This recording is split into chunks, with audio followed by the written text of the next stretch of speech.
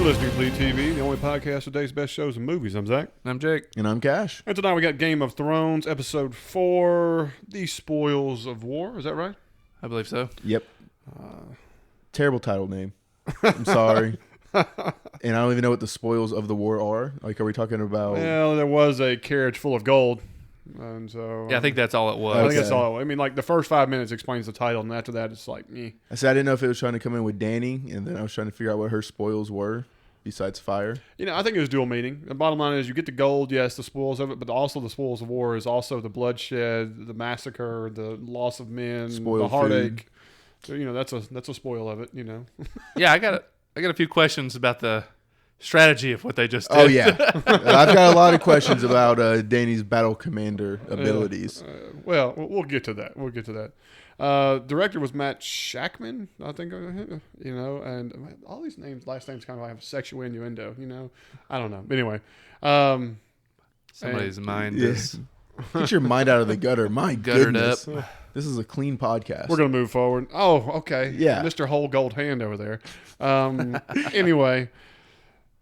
Again, we already talked about, you know, the episode kind of opens up and, you know, you get the whole Bronn and Jaime and they, you pay off in gold. Now, this carriage is loaded down with some gold now. Yeah, I feel bad for these horses. So, he pays Bronn. How much money do you think that was in that bag? I mean, a sack load, son. Yeah, I mean, that depends who you're looking at. If you're asking Jaime, like the sack load, Bronn, like he's just one-handed. Like, okay, feels a little light. Like, I mean, it changed in hands. I don't know if y'all noticed that. I mean, this is nice, but it's not the castle I was promised. How about that one? You know what I mean? It's just like... The upkeep, you know. he starts giving the reasons why it's like, you know, single parents, you don't want a house that big. You know what I mean? It's an empty nest, you know. You don't want all that to just take care of. I was happy they moved the conversation along because Jaime was kind of moping around, and the Bronn kind of stole the show for me for this entire episode. His comments, Every episode he's in, and you know, and he's like, did the Queen give you one last prick in the balls and all this? You know, are we surprised Jaime did not kind of talk about what he learned? No, Jaime still keeps all this stuff close to the vest. Mm-hmm. Cersei talks and now sleeps with her brother in public view. But Jaime's always like been not, I guess, slightly a bit ashamed or it's just secretive. It's none of your business. Like, he's like, let me just live my life. Yeah, but he's also like, gotta imagine he's super pissed off. I mean, you just found out who killed your oldest son. Yep. You know what I mean? Like, and it's not the person you thought. Yeah. And you did the right thing by letting your little brother go, even though he killed your dad. So it's like, yeah, it's kind of a mixture of feelings there. But that like Cash talked about last time, you know what I mean? It's a domino effect. Tyrion gets blamed. Yep. You know, which leads to the trial, which gets the Red Viper killed and the Mountain turned into a monster. You know, so it turns Dorne against you. It turns Tyrion against you. Then Tyrion, you let him leave because you believe he didn't kill Joffrey, but he kills your dad, and it's like all the dominoes fall. And Cersei gets exactly what she wants, and you're stuck left holding like, Yeah. I don't know. I think it's all pretty fitting, really. I mean, right. I hated that he kind of took it out on Bronn a little bit. You know, I mean, he was talking, even bashing, like, you know, wherever your shit heap is you're from, and a man of your talents can go over there and, you know, make people, you know, give up their crops. And, I mean, he was, you know, to have what we had at the end of the episode, you know, he's kind of shitting on him for the first half of this one. I think they needle each other. I don't think that's a huge deal. I mean, Bronn's like, come on, man. We're friends. You know what I mean? You could tell me. You know, what he says about the Queen of Thorns giving him a prick in the balls. I think they just go at each other. Yeah, These I mean, two guys talk shit. That's how it was with him and Tyrion and everything, and it just continues with him and Jaime. Yeah, well, I mean, I enjoy the dialogue. I'm just kind of curious. It's been a while since I've seen, like, it kind of felt like more like, hey, just get the hell away from me. You know, that kind of situation. Like, I don't want to talk about it anymore, or this, that, or so on. Not just the banter like you were talking about. Well, Bronn also doesn't realize that he's needling and poking at Jaime about the death of his son. Right. Because Jaime's not letting that card loose. So Bronn's going to poke at you, just like a friend that we've all had Oh yeah. that doesn't understand when to shut up. You know what I mean? This ain't the time, ass. Yeah. You know. No, I hear you. I mean, I had never even thought about it like that. So I mean, now that I'm thinking back on his performance, he did have that aggravated feeling the entire time that they were talking. Yeah.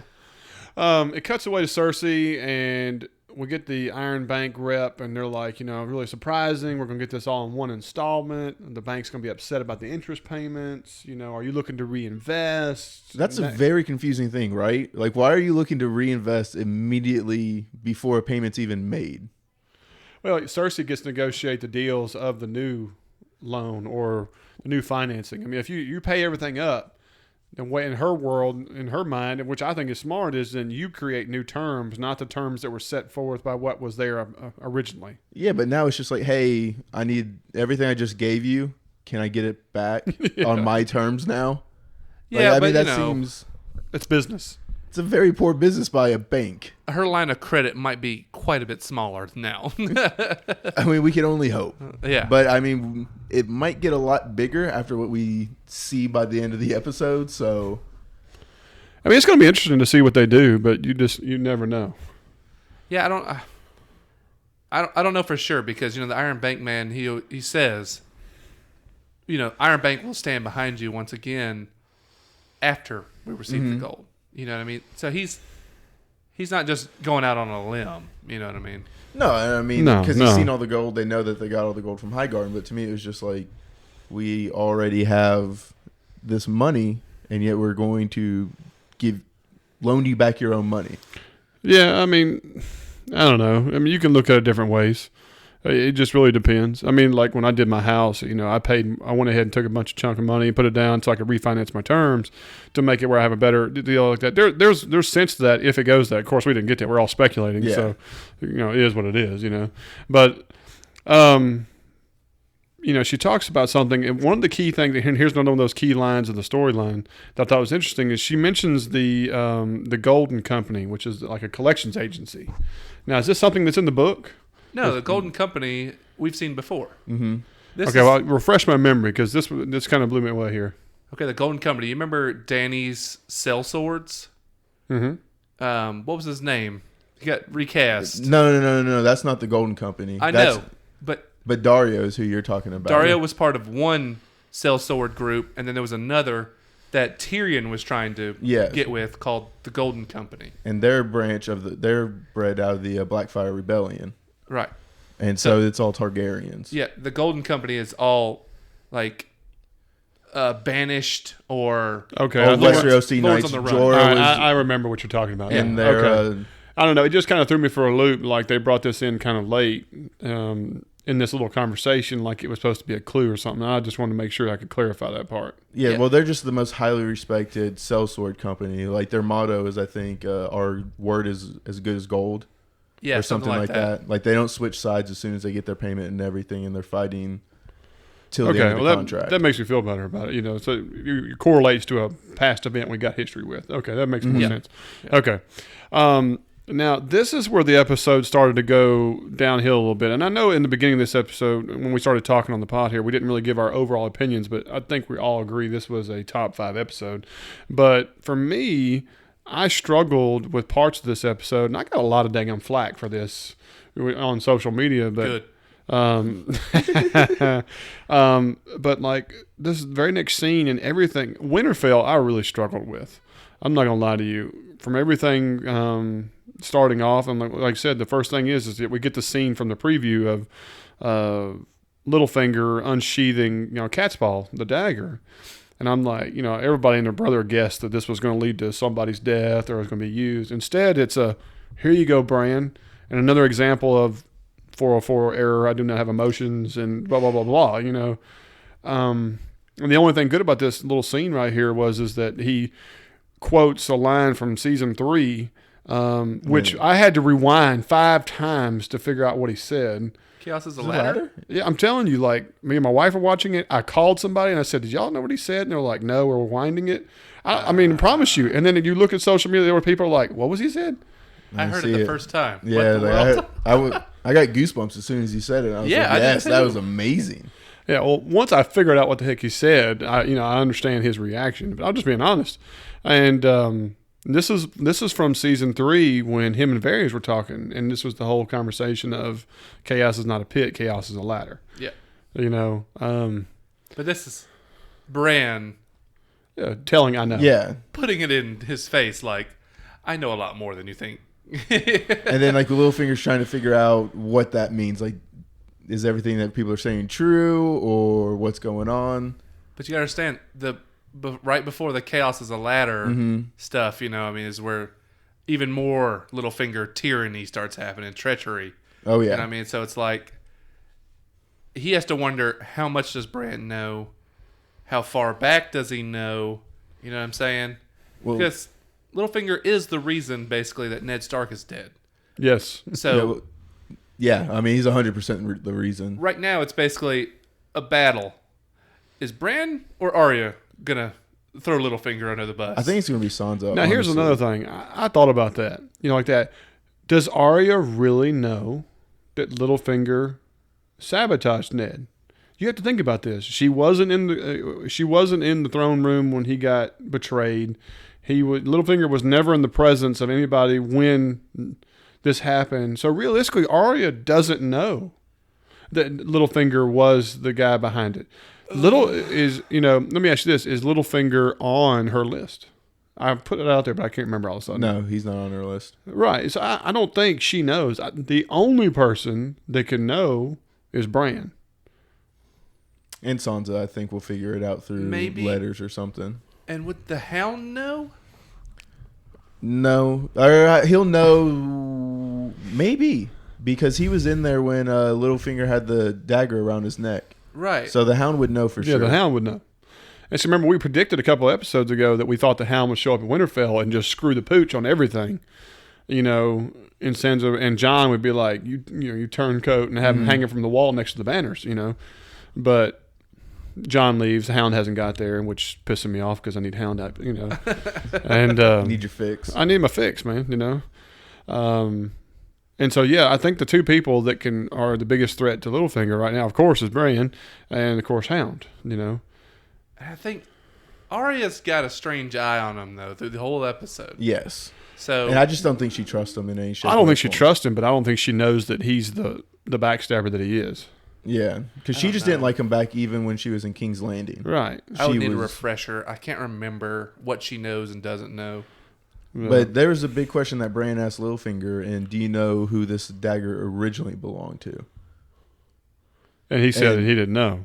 Well, like there was the thing between he's got it from Tyrion and everything, but I think she was meaning he was meaning even What further are the back. origins of the stuff? Like this is possibly Rhaegar's dagger or something. Yeah, that's that big theory out here is that, and I know where you're going with this, and I did a little homework on it, and it even went back and I found that page that showed, when Sam was going through the book and they translated the page and it talked about how it was Valerian steel that Dragonbone hill. that was decorated with dragon glass, dragon bone, different like that, and so on. And this was typical of ancient Targaryen style of fancying weapons and blah blah blah, and everything else. And so that passage, and considering that it's on the same book that's associated with dragon glass and dragon stone like that, they're saying the lineage of this it was a Targaryen blade.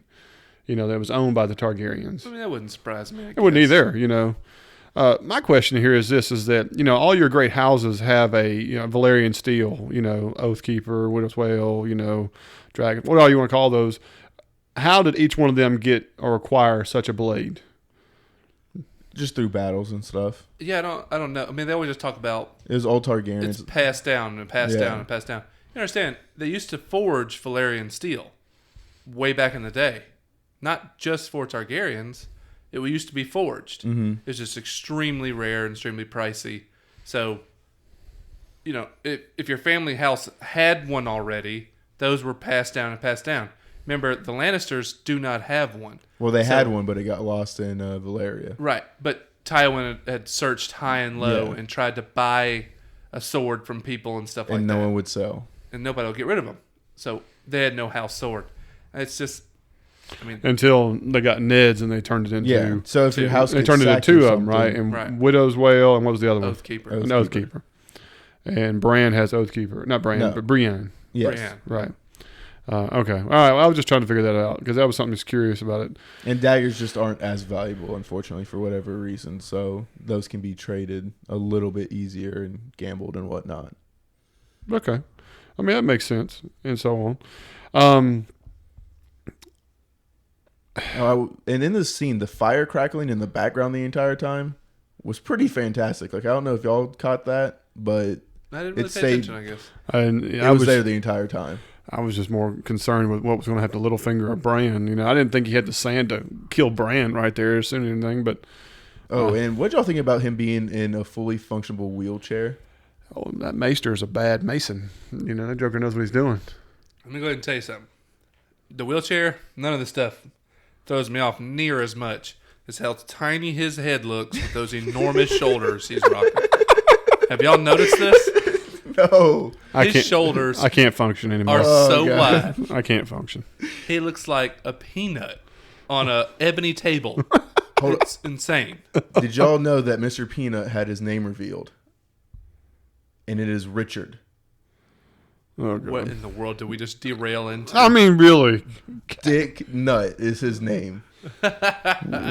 Mr. Planner's Peanut, everybody, if you didn't know. Mister, we're trying to keep this clean. I'm sorry. Well, God. it is the mascot's name of a company. We're going to move What do you forward. want from me? We're going to move forward. We went But- from wheelchairs to Please. Dick Nut, okay? Please pay attention to Bran's shoulders. Yes. I next will episode. now. He looks like he's wearing shoulder pads. I'm dead serious. You will get the biggest chuckle next time you look. Okay. I'm All ready. right. I mean, I'll go at then. least somebody needs to get emotion from Brand, so Yeah, it'll be you. hopefully it'll be us. All right. So the chick comes in and she's leaving. What's her name? Mira Reed. Yeah. Yeah, and she's like, you know, he's like, you're gonna go. And she's like, yeah, da da da, and he's okay. And she's like, that's all you can say. That's all you got. I mean, I almost died. She says, "You're as safe as anybody right now. You don't need me anymore." And he goes, I know. You're right. I was- don't need you anymore." It's like, Jesus. Savage, just like not even just like break it up with the person. It's like I've moved on to better things. Yeah, I've had better. Oh man. It's not me, it's you. Did you see that piece Hodor had on him? I mean, you can't top it. Okay. How great would it have been is like as she was like going, I was just like, hold the door. Oh man. There. Yeah, but seriously, like I need to wheel out and get hold the door. It's an unknown spoiler, but the reason why Bran's really crippled is Hodor put it on him. Oh my god. And It was a great show. Yeah, there we go. Oh my God. My wife looked at me and goes, "What a tool." And I was like, "No, it's the whole bag, baby. It's a tool bag when you talk like that." Tool shit. Yeah. But I mean, like, by the way he explained it, it was like I died in there too. I was like, I'm going to slightly let some of this slide. Like, at least you're Well, no. acknowledging it and everything. Which he didn't say that. She said you died in that cave. Oh, well, then I got nothing for him. I But tried. he didn't disagree. I mean, No. I think he actually, his original Stark self is dead. I don't think Yeah. he can get it back. You know, maybe that's his, Punishment. light at the end of the tunnel, maybe at this, to hopefully get some of his old self back. But more than likely, he's going to be Tree. three-eyed raven tree guy. Yeah. You know what I mean? I wish they had done a better transition. He just Because got I mean, so from old so quick. from last season, they escape. They get to the wall, whatever you want to call it, da, da, da. And then the first time we have a speaking part, just that are so on, it's error 404, no emotions, and nothing the entire time. I wish there was a little bit of a transition. You know what I mean? Like to explain that, he's struggling with this, or he's got so much on his mind now that he can remember that it's like pushed out his personality, or he, I'm not who I am anymore. I'm, it's something more to give you this transition instead of what we've been getting. I don't know, man. I think you got to give Benioff and Weiss the benefit of the doubt at this one, because they nailed most of these children. I mean, you got to think about it. We've had Bran, Arya, Sansa, Jon, all these people since they were little kids. Mm-hmm. on this show, everybody has grown up to be pretty solid, except for Bran. He's never been that strong of an actor. He was better as a little kid Oh yeah. than he is now. Well- and I think they look at it like, oh man, we got to just make him like robotic because I don't think he can carry the weight anymore. Well, it's not even that. It's just like he's supposed to still be like a 7-year-old kid, and now he's like a 6-foot giant. And so like you're trying to hide his body and It's facial impossible hair. to get a wheelchair bigger than most humans. You know. And I mean, so like, I mean, that's just part of the problem is his character. He's just grown out of his thing, and how do you recast? I think they're doing the best they can with what they got. Yeah. Circumstance, yeah. I'd rather robotic, same actor, than recast him and it'd be totally different character all of a sudden. Yeah, even though it looks bad, like it's the best they can do. Sadly. Yeah. I Well, the think so. continuity's better. You know what I mean? You get the same person. Yeah, I hate when they recast. Yeah. I'm not a big fan. I mean, sometimes you have good things. Mountain is a good example. Beric Dondarrion, better. Dario, But not better. Dario, no. Not even close. Not even close to Like right. even further away from the book than the first one was, and the first one was bad. Yeah. Well, in the first one, yeah, I mean, I don't guess you can have a purple-haired, I don't care. purple-goateed, I want it. gold-toothed pirate Yes, character. yes, we can. One that can pull a leg from Dany. You know, I mean, Yeah, that never made any sense. He's Yeah. just a bucket of confidence. But whatever. all right. Another thing. All right. This is when Arya emerges, and we get the whole, you know, I'm Arya Stark from Winterfell, da da da, and you hear it fuck off like 10 times in a row. Yeah, I mean, it was kind of like it was like they were just saying it just to say it. I know it's like they said the F bomb just to keep saying it. multiple times in this episode. It was really weird. I didn't care. All I thought was, this is the worst two guards you could ever have at the door. Oh yes. Oh yeah, Dumpy and Skinny next to him there. Yeah. I mean it was Like like Ren and one's Stimpy. helmet was way a little tight. He was forcing the cheeks out past the ears and They everything else. clearly gave him too small. I of mean, a Oh, it yeah. was uniform on awful. purpose It was awful. to make him look even stupider. God, So, dog. I mean, it was atrocious. but I like him later on when he's like, "You're gonna tell her, Oh yeah. or I'm gonna hit you So as hard. hard as I can." But I like him, you know, trying to snatch her, and she just ducks Dodge- out of the way yeah. real quick. She's Like- like the waif 2.0. And 2.0. so I like we're actually getting to see badass Arya. Yes. You know what I mean? A lot of times it's just her changing faces and doing wicked shit behind the scenes. Right. But we're actually seeing her do some wild stuff now. And this was easily her best acting performance of the series, I think. It was strong. The deal I didn't care for was is like when their embrace, like Sansa and Arya. I mean, she goes down to the tombs and she's in front of, you know, Ed's carved sculpture there like that, and it was kind of like a, hey, how you doing? Well, I mean, You I know, loved was- it. But you got to remember, these two don't like each other. They've never liked each other. They're like So- opposite ends. So what? I mean, you haven't seen your sister in forever, and you've been through hell. But you got to remember, too, And neither one of them are the same person anymore. it was I still Sansa. get that. It was Sansa that just had to marry Joffrey. It was Sansa and Joffrey that got the butcher boy killed. They got that Nymeria kicked out and Lady killed. I hear you. I hear you. I totally understand where you're coming from. I just still felt like the embrace was very, very cold. No, I loved it just because Sansa pulled the ultimate big sister, big brother move. It's like, do I have to call you Lady Stark now? Yes. And I was like, that's the ultimate big brother or big sister move. First player. Yep. Player one. No, like, player one. All right. What about the whole somebody should have carved it that knew him? And well, everybody who knew him's dead. We're not. Just Yeah, everybody that knew him is dead. There's quite a few folks that are Yeah. still around. yeah. I mean, that is a terrible carving. Like, it was bad. yeah. I don't know. Some of it just seemed kind of put on, or whatever you want to call it, and so on.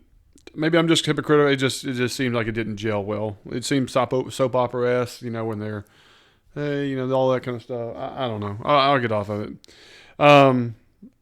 They also talked about, you know, a list and who's on my list, and Yeah, it's a little weird that everyone keeps laughing at Arya's list. Like, well, I don't think anybody took her serious. And then you get to see her. Till later. Yeah, until she's over there, you know, battling Bran. Now, this is something else, you know. when I was talking to people on social media and some other bookworms, they were talking about Bran is supposed to be, not Bran, God, Brienne is supposed to be like one of the most ultimate sword fighters, and that this is not realistic based on what they did. Well, there's two things, but like back down in the cave for one reason that I can agree with you is, and I somehow even forgot about it, even though I wanted to mention it. How has no one mentioned Rickon? It's like, oh, hey, Arya, since, I might as well tell you, Rickon's dead too. Yeah. He or like took about 17 arrows and got trampled by horses in the Battle of the Bastards. And so like the fact that Sansa didn't bring it up to Arya and that Arya thought everyone was still alive was pretty weird. But so is Maester Lewin. Yeah. And Rickard, he's gone too. Yeah. Nan. Yeah. There's a lot of heads on this wall. Sir Roderick, Roderick, that's what I would say. Whatever. We didn't even got to the Brienne stuff yet. No. Because then we jumped to Bran. She goes, also, Bran made it home. And that's when they go to the wood. And that's when they talked about Rick. No, we still didn't mention that no. He's dead. He just gives the dagger. Yeah, that's right. Yeah, he gives up the dagger, and that's, kind of all there is to that scene. Yeah. Well, no, I mean, that's when she takes him serious because he's like, why would you give her the dagger? Because Cersei's on her list. Yeah. Yeah. And then Sansa's like, oh, she wasn't kidding. Like, she's really out here murdering people. Yeah. And then we had the funny, who else is on the list? They're mostly dead. Yeah. That was just, I thought the thing is, how many on the list did she actually kill? Not many. 2? I put a video out there on Facebook, and there's 15, 16 people, and almost 2/3 of them are dead. I mean, she killed Meryn Trant and Walder Frey. Mm-hmm. Yeah. Well, I mean, you got the people who are left, of course, Cersei, but you also have the Hound. You have but the Hound's off the list. Mm-hmm. Okay, then you got the 2 guys riding with the Hound. Beric, what's his name? Darian, and the guy with the bun. Yeah. Mirror. Lord of Light follower guy. Yeah, head bun. I know bald, burning sword. Yeah. And so I mean, she's Thoros. got some left. Yes. Thoros of Mir. Yeah, and so she's got some left. There's and no doubt about Mel it. Sandra's on the list too, I believe. She is. She is on the list. Maybe, But I don't remember. I thought Bran missed a really if he's gonna remind Sansa of the worst night of her life, why can't he just bring up hey, you make a good pie? Why didn't he throw that one in there? I don't know. I mean, he's so hit and miss, man. If we're gonna do it, we can throw some comedy in with it and be I don't know, man. Remember, he's no emotion. I know. That's why it would have been such a deadpan delivery of nice pies. Yeah. Why would you give me this? It's wasted on a cripple. It's even harder on himself. Yeah.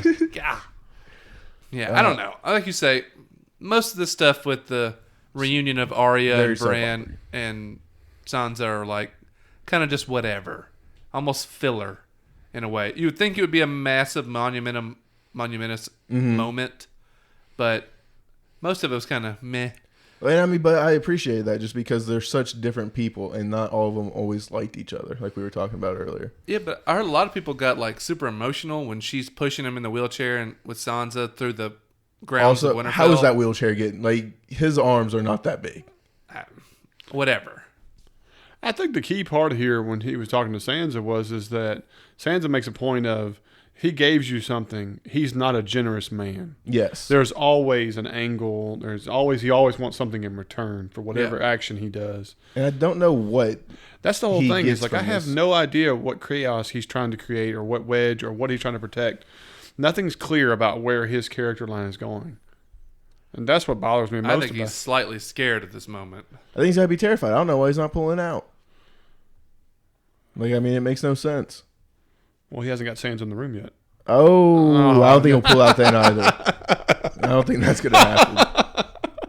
Anyway, I don't. I'm with you, Cash. I have no idea why he's still there. But I guess if all you got to look forward to is the little boy over the veil, I'll stick around for the woman too, I guess. Yeah, but maybe. Since we bring him up, why hasn't Cersei sent anything to Robert Arryn?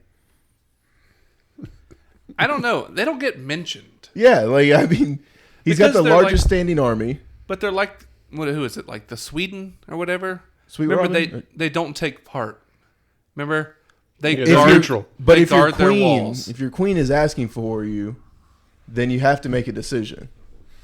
Yeah, I understand that, but I think they're kind of like an out of sight, out of mind. They're type a of neutral. place. Yeah, I mean, As a queen, and you need the. Oh, I agree with you. Something needs to be. We should probably go after these people. I agree with you. And I mean, I find it weird that it hasn't been brought up. I mean, it wouldn't surprise me if he doesn't get a raven and say, "Hey, we're winning this fight. Yeah. Switch sides. Go ahead and mop up Winterfell for us, And then you get the. and we'll attack from both sides. And you're the warden of the North. And then and then we'll give you Sansa. Mm-hmm. You know what I'm saying? Like, I don't know. I wouldn't be surprised to see that coming. You know what I'm saying? It would make sense, but I mean, we haven't gotten any scenes of Cersei behind a desk like we always had with Tywin, wondering what she's writing. I agree, but honestly, I think Littlefinger's days are numbered. Yeah, I think with Sansa's you. going to out him. Like I would think before even the final episode, like I guess episode 6 and the penultimate episode this season, I think that's when he dies. Yeah. I mean, he's the one that got him married to the bastard. Yep. Everything. I mean, it was all bad. he's not a winner by any means. Now, we're jumping ahead a little bit, but just to kind of finish out Winterfell, people, this is when we get to the part where, Brienne's training pod and, kept sweeping the leg. Tripping his ass. Awful. I mean, all he has to do is throw down the third leg and he's balanced. Like I don't know what was going wrong. there. I know. Tripod could have Yeah, been handy. exactly. Yeah, you could do a swing attack on that thing. Come on, man. Could have spun like a helicopter on it and kicked her ass in the teeth. God, there it is. Let me show you my fidget spinner, baby. Oh. Yeah, I'm just... There it is. There it is. Oh, my God. And I'm going to try to focus now. I love these. Anytime she's training pod, don't lunge. You know what I mean? Just all that stuff. I love it. It's like she's saying it after, but it almost feels like she's about to say it as she's kicking his leg out and stuff. It's like, don't lunge. Boom. Yeah. Yeah. As you pick yourself up again. Yeah. But they make it weird because Brienne's never been cocky. Mm-mm. But when she's doing this to pod, she's always like walking up with her chin up. You know what I mean? Like, oh, Brienne getting a little too big for chainmail. She's getting very sassy in these moments. Armor's And I getting like tight. it. Yeah. But yeah, then we get Arya in what you want to see. She looks like Syrio Farrell, the way she's dressed. You know what I mean? I'm just like, oh, I love it. Yes, and and she's the going sword left-handed. behind her, and She's got her hair pulled back in a Pose. ponytail. You know, Only just one like, hand on the sword at all times, left-handed. Like I love these scenes. a hand behind her back. I'm just like, this is Turning her back to her opponent for like 30% of the fight, just like I already know where you're swinging. Like don't worry about I'm it. water dancing. are we to believe that that training was good enough back then for her to be this good now? No, because she never used a sword. Like she hasn't touched a You know what I'm sword saying? in Like she didn't get the skill. This is the part. This part was great, but I was calling BS the whole time because it she makes no never got sense. that much formal training with a weapon. she did with a staff, but that's completely different than a one-handed I sword. mean, she was handling the sword like she was the master. And from what I remember from season 1 and anything like that, she got a couple days with this guy before he got killed. Before he may have got killed. I agree. I got him and his wood sword versus 8 guys. Well, I mean, he was kicking their ass, like, Yeah, he whooped all their asses until Mary Trenton came in. and that happened off screen. So, Yeah. but yeah, it doesn't Whatever. make any sense. It, Rule of cool. Who cares? I don't know, but that's the thing, man. I'm as much as I'm enjoying this scene, I'm going bullshit. That's bullshit. Yeah. No, she can't do that. And that's what I was talking about earlier. Is that Brienne? From whatever I've heard or talked about that from the books, she's one of the most ultimate sword fighters. And for her, so if Arya has very little, or like you said, the only training we've seen was with staff. For this to be an even or uneven, it didn't jive well with me. You're looking at it the wrong way. Brienne, throughout all the books, everything, is constantly underestimated because she's a woman. So Brienne got a taste of her own medicine by immediately underestimating Arya, who then put it on her, and then you saw Brienne get mad. yes. And kick her in the chest. Oh man, that teep kick was a thing. You know of what I'm beauty. saying? She kicks her in the chest and stops fighting. She could have just brought the hammer down on Arya's skull right there. Right. You know what I'm saying? But Arya had already killed her 3 times before she did that. Correct. So I'm saying it was just Brienne getting a taste, knocking that cocky shit out of her mouth. I'll give you that. I'll give you that. Yeah, and that right there makes the scene better for me. Is just using that same stigma against you. Exactly. I'm totally with you on that. But But I'll just tell you that when I was first watching it, I was like, as great as this is BS. But I mean, she could have gotten like all the dodging seemed fit and stuff, but like the sword play, that sword's not going to stop an attack from Brienne anyway. Like if Brienne's swinging, that little sword going left, that Arya's sword's coming down. She doesn't have the strength to hold it I'm with you. or to deflect it. I'm with you. And so like it's just pure But dodging. your rule of cool is what makes it okay. I'm just saying, Especially since Arya gave us one of the coolest ways to get up. Like automatically like just doing the shoulder thing and then landing on your feet, but she does a cool spin with it. Yeah, she does a breakdance get up. Yeah. Yeah. Awesome. Yeah. This is America's Got Talent type Yeah. shit right Like now. let's my keep God. adding twists to this thing. Like let's see how cool we can get. All right. My favorite part of what I did like was that who taught you that? No one. No, I love it. The line is what made it. Yeah. It's like, yes! I saw a microphone drop. I don't know if y'all saw it there Yeah, too. And then like it off just stuck screen in the snow. background. That was Arya's sack falling out. Oh, man. That was Pod going full try mode just right there.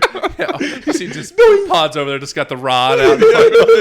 Put your staff down. Oh, wait a minute. Never mind. Jesus, Pod, sheath that sword. Okay, what about the looks from Sansa and Littlefinger up top? Y'all have got to give me explain here. Now, I understand Sansa realizes her sister is not her sister anymore, and that she is definitely a different person based on what she just saw, because she's seen Brienne fight, she's seen this, and for her to be able to go over there and best her at her own game. And so, to me, it looked like Sansa was like, that's not my sister. I'm jealous of what she's accomplished compared to what I've done. I mean, all kinds of negative emotions. Y'all get the same vibe? I got a negative vibe from Sansa, but maybe the fact that, since they were kids, they both wanted certain things. Arya wanted to be a knight. They both got what they wanted. And Sansa wanted to be Queen. a queen. So it's like they both went their directions. Sansa's turned out horrifically bad. Yes. Arya appears to have gotten everything she wanted. But she had to go through the slud to get to it. And she doesn't know how horrifically bad Arya's time Right. has been. Right. It's a lot easier to have those negative effects when you just see the near finished product. Right. And I'm reading all that into Yes. what I saw. There's no words to say. No, yeah, there's nothing to go on. That's why I'm asking y'all, what did y'all see from her look? But to me, it just looked like it was disdain. It scares me, though. Because I don't want them to turn Sansa into a I don't think they are. jealous biatch. Cersei, too? Or 2.0. and then turn on her own family. Because you see the sniping with Jon a little Yeah. bit, but then Jon leaves her in charge. So it's like, okay, maybe everything's okay.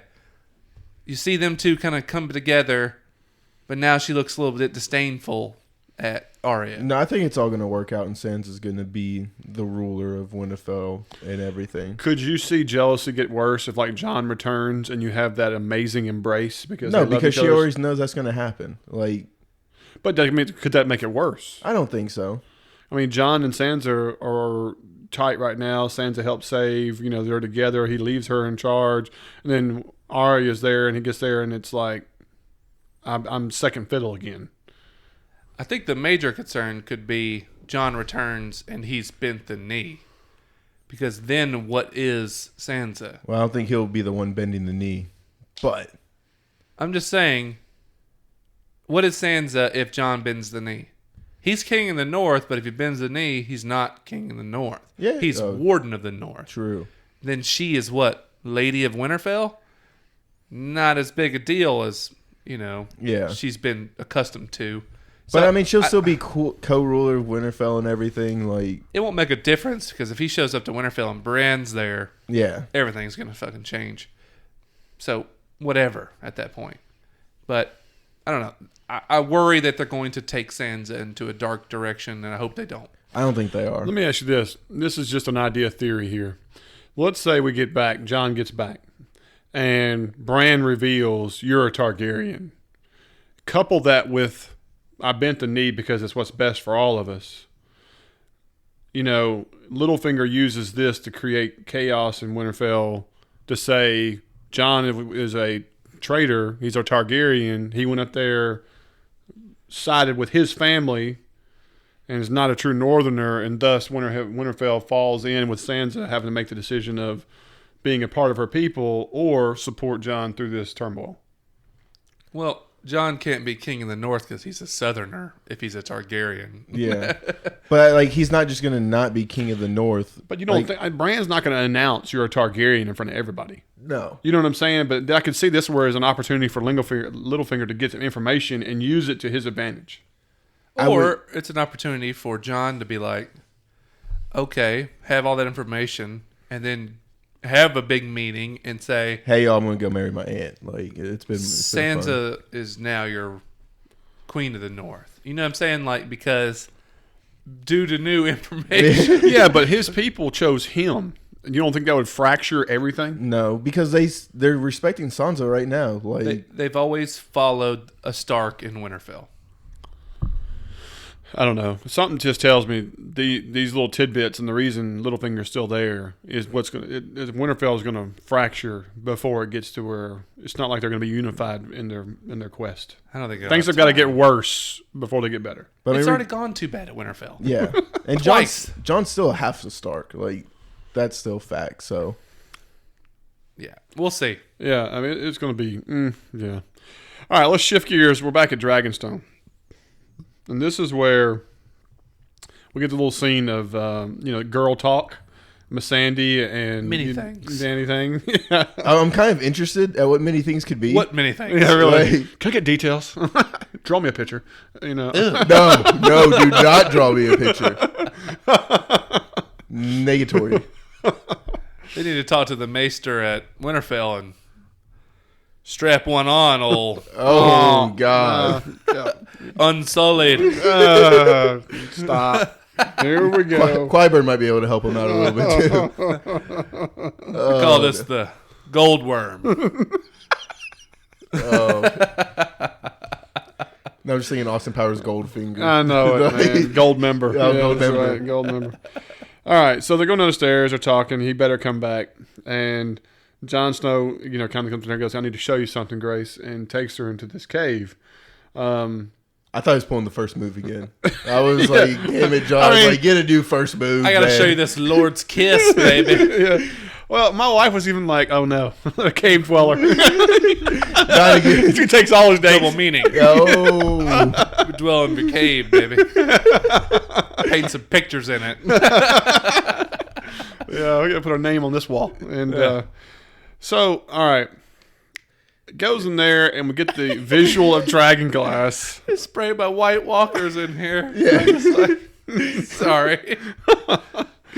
All right, did y'all like this part of the Dragonglass and the hieroglyphs on the wall? And I thought the Dragonglass was super cool. I thought the kitty drawings everywhere were terrible. The kid drawings were like whatever, but then the White Walker drawings were too on the nose. It was just like, nah, son. I mean, it's like if no one knew what Ned looked like, and we get that as sculpture, but we have the Night King's like wrinkles like under the eyes and everything. Yeah, I mean, I don't know. That's like I was like, okay, I'm dealing with this, the spirals and the swirls and all that stuff like that. Because you take that back to the same symbols of like season 1 with the body parts and the snow and the aerial visual of the tree that had the spirals coming out of it and the stones, and I get all that, and I understand the correlation, and I thought that was all right. Well, I mean, there's a big thing in these things is you're just saying circles, but they're actually thetas. And so the theta was the thing we saw in the very first episode. All the dead bodies were made in the sign of a theta. A few episodes. And then the horses. Well, were the done. horses, her pyre, when she let it on fire at the end of season 1, and then the dragons were born, that was in the sign of a theta.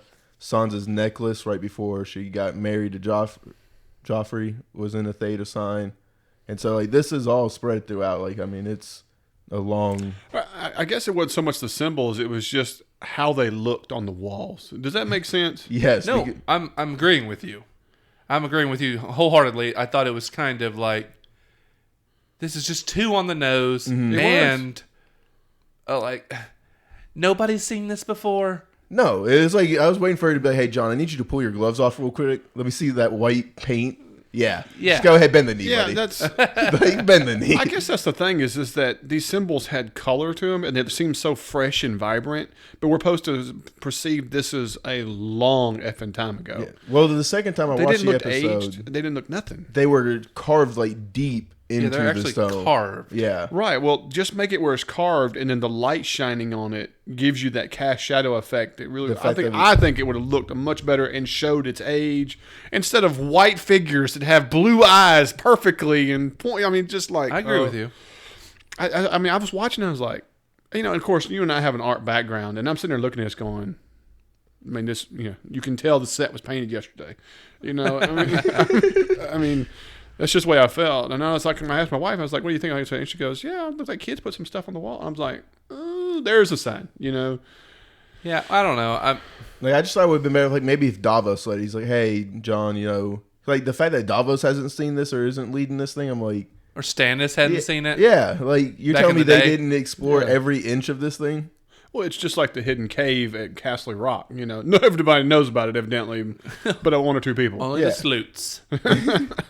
But I mean, Davos is the person, like the onion smuggler and everything. He would have to know about this. Whatever. I thought we were going to get a stone dragon, Yeah. to be honest with you. I kind of thought so too, because that was something you had mentioned several times. Like, there maybe is one under there, and I was like, wait a minute, I thought we were gonna walk in there, see dragon glass, but see some other kind of really cool sculpture. Like I thought it was going to be a dragon glass dragon. Yeah. Like a head, maybe just a head. Well, because I think Melisandre even says that there's like a dragon skull down there. Well, there's a rumor of a stone dragon beneath Dragonstone, but whatever. But then we have them walking out of the cave and everything, and they are conspicuously close. Yeah, because of course, we got to talk about what she said. You're going to choose your people over pride. This is the same line he gave who was the guy he killed that was the leader of the wildlings? Because he used almost the exact same line against him. Yeah, I know what you're talking about. Don't ask me to remember his name. Half hand. Corn half hand. No, the guy, the guy didn't even look like a Mance Raider. Yeah, he didn't even look like a wildling compared to the rest of them. But anyway, long story short, it was the same thing. You got to choose your men or your pride. And he's like, Mance Raider was like, this got nothing to do with it. But yeah, well, nothing to do with John either. He has no pride. There's no pride in this. Like, he's already died for his men and everything. Like, he's not doing this because of pride. And so yet again, like, it was a great line that fell completely flat for the other person not knowing what they're fighting for. Right. I like her saying, I'll fight with you. I'll fight beside you, help you in your battle, win you bend the knee and stuff like that. I was like, all right, that's cool. I understand where she's coming from. But at the same time, I'm like, the pride line, I was like, well, that doesn't jive with John at all. No, but she doesn't know that. But she should know. Yeah, you should be able to read off of the few social interactions that you've had that this isn't a prideful man. Yeah, I mean, that one comment that they had before was like, people are love what they're good at. Yeah. You know what I mean? He's like, I don't. Right. When he got introduced, his name was Jon Snow. Not even he's King of the North. Yeah. Oh, by the way. Like, I mean, so you could tell pride isn't a thing. Whereas for her, pride is everything. Okay, are we to believe that he bent the knee off screen? No. Okay, well, there was a lot of folks out there that said, yeah, he probably did. And there was even, I didn't see a ring on her finger, so I don't see him bending the knee back behind screen. Didn't you say you thought they might have been holding hands on the way out? Because they made it seem like they were holding hands, like they were really super close, and it looked like their hands, like below the camera, were holding. But as soon as they weren't, I was like, do y'all happened. like this whole googly eyes at each other? Like, it makes sense. I mean, I should have took your clothes off while I had you in the cave. I missed my opportunity kind of situation. I just don't see. Neither one of their minds should be on any of that. It's not about on the romantic side. It's on the alliance side. There's a lot of people who want their minds on that. I understand that, but I'm just like, if they were to start going at it, I would be so disappointed because I'm like, okay, you got White Walkers, you got Cersei, and we're gonna, elope in the cave, bump uglies. I mean, you got to figure out an alliance. I mean, everybody has needs. Okay, if this is how you get the guy to bend the knee, I mean, he'll bend the knee. Yeah, I don't. You know, I'm with you, bro. I don't think care. it needs. I don't think it needs it. Now, of course, the other thing is that I mean, he is technically a Targaryen, and incest is in the Targaryen family. He's just a nephew. Yeah. You know, I mean, it's not like they're twins. Like, Yeah. God, that'd be terrible if they were twins. Oh, Ugh. who would ever do that? Easy with the Star Wars reference. We're gonna piss some people off with all that. All right, like you said, he comes out and Tyrion's like, "I got news. We took Castle Rock." And Say that a little bit more sourly. yeah, really. And lost all ships. Yeah. Miss Sandy's face was the only thing I cared about during this entire scene. I just wanted to see how she was going to react, And that worry was there, and it looked good, Now, this next part kind of threw me for a loop, but it made sense, and so I enjoyed it, is when she attacks Tyrion for his loyalty. Well, yeah, talking about his clever plans and how he's failed miserably, and maybe he doesn't want to kill his family and his people. Which I was like, deep cut. You know what I mean? Really? Low blow. I mean, really. Do you not He's see already my lower. face? Like, come on. Yeah. I mean, super duper low blow. Yeah. Yeah.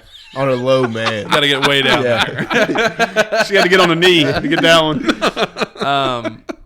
Yeah, I don't know. I thought it was good to kind of bring Tyrion down a bit because Yeah. He's been riding that high horse of cleverness. his plans really are kind of. They're bad. Cersei is one step ahead of him every time so far. So it's like, he needs it. He needs to be a tongue lashing. So, but this is some of the best dialogue from Jon we've ever gotten. Best quote of his, I guess you'd say. Oh, I agree. So, But he's regurgitating what we've heard from other characters. I mean, you're no different if you go and burn everything down. You're what we have already.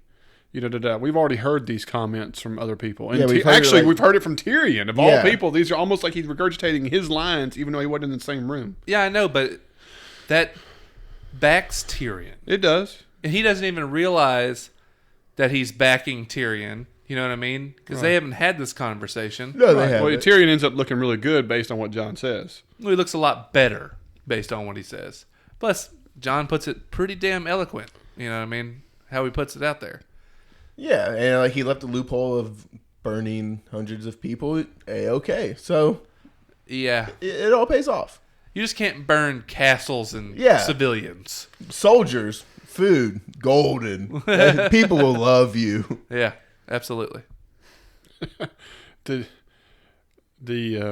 was that. What's that little line afterwards where he's talking to Jon as they're going down the stairs?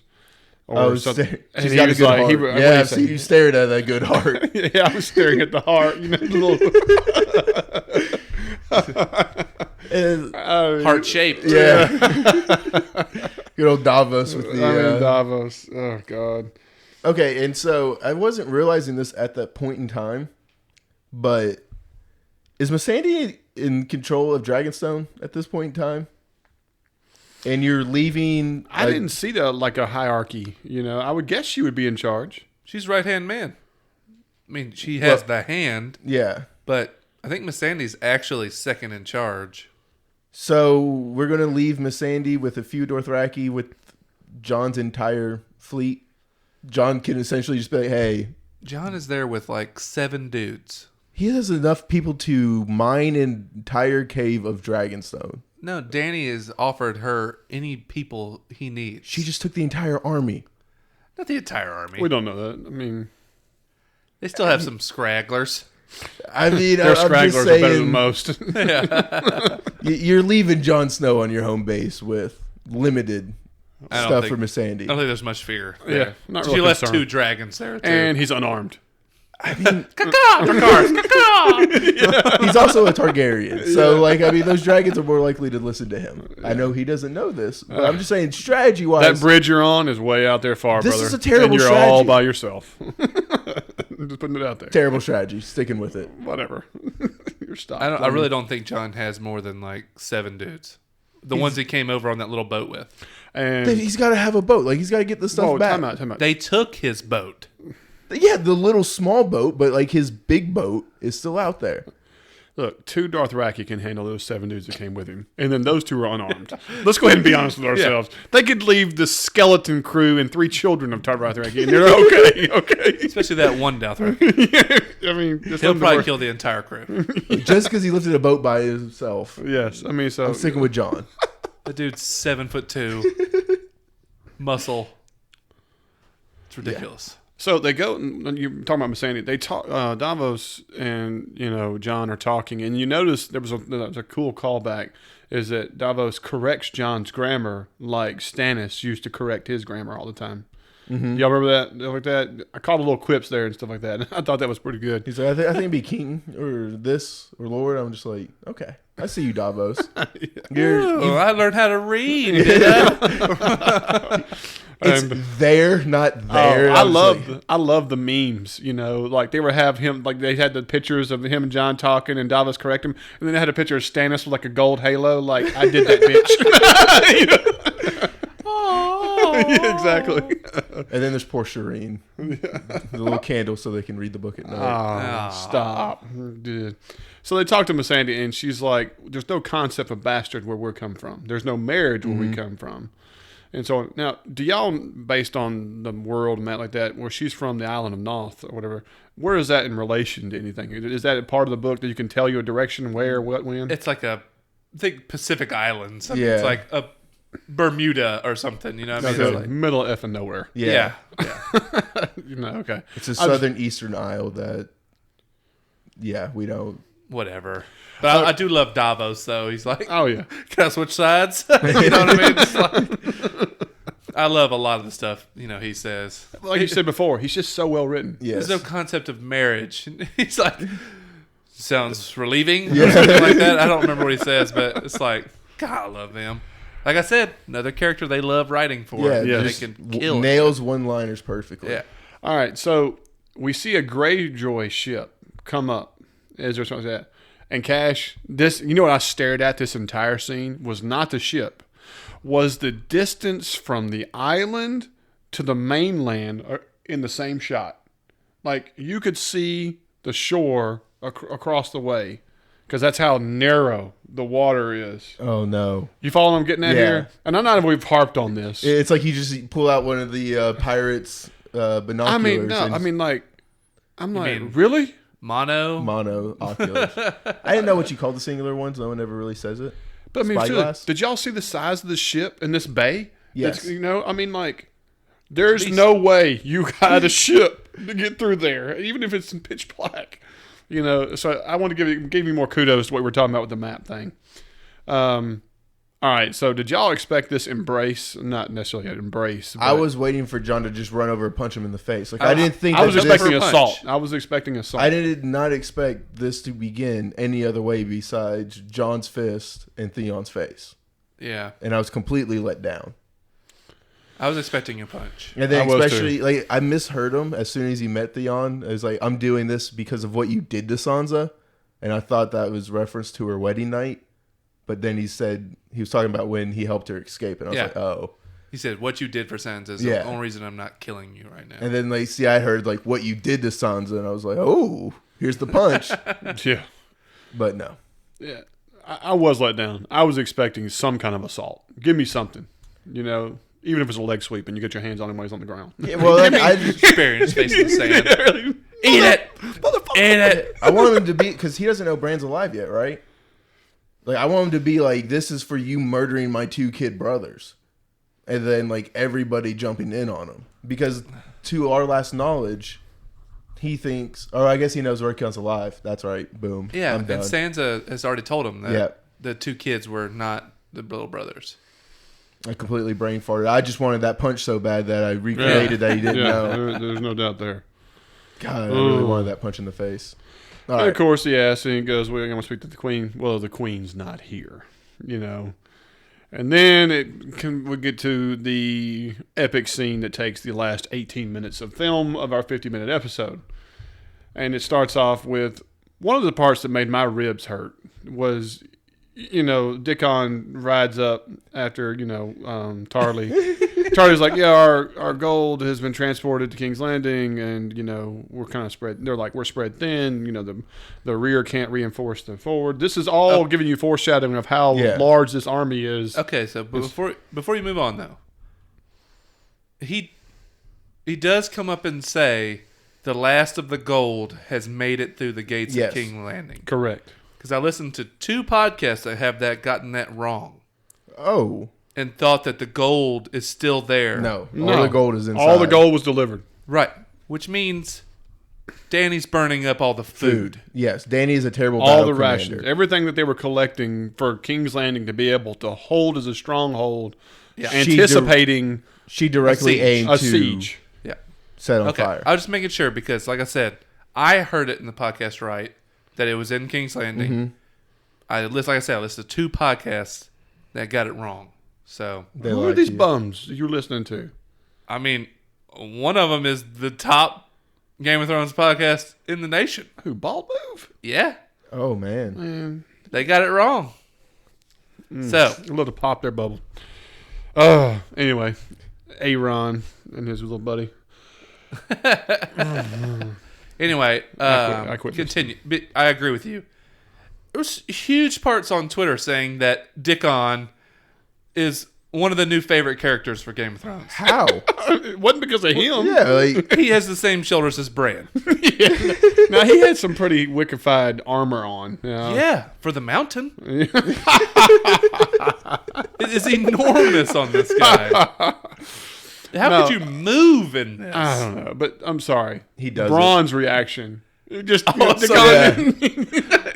Rickon, move over. Dickon. He's like, you sure you don't want to go back to Rickon? Oh, wait, he's dead. I mean, Oh man, I could watch that 10 times and laugh just as hard 10 times. I hope every time he's in the show, like that's how he's introduced. Oh, Rickon, Dickon. This is just like, yes, please. Constantly have to redo his name. Let's continue this running gag for as long as we can. Oh Lord! And so the deal here is that he's sitting there talking to him, they're laughing, giggling like that, and all of a sudden Braun's like, shh, shh, y'all hear that, and so on. And what did y'all think of this scene? All right, first of all, I put it all over social media because I was pissed. Is when Dickon rode up, the CG background. Did y'all notice? Like, it was not even close. A lot of the CG in this episode. A lot of the CG in the background was way off, and it really. I was like, "You got to be." Most of the time, they just blurred it, like made it so blurry, like all you could focus on was even the Dickon's face. head became blurry when he got into the CG screen part of it as he rode up. I even took stills of it and put it on social media. It was that bad. Yeah, it was atrocious. I mean, like he lost half his hairline. But when the camera was.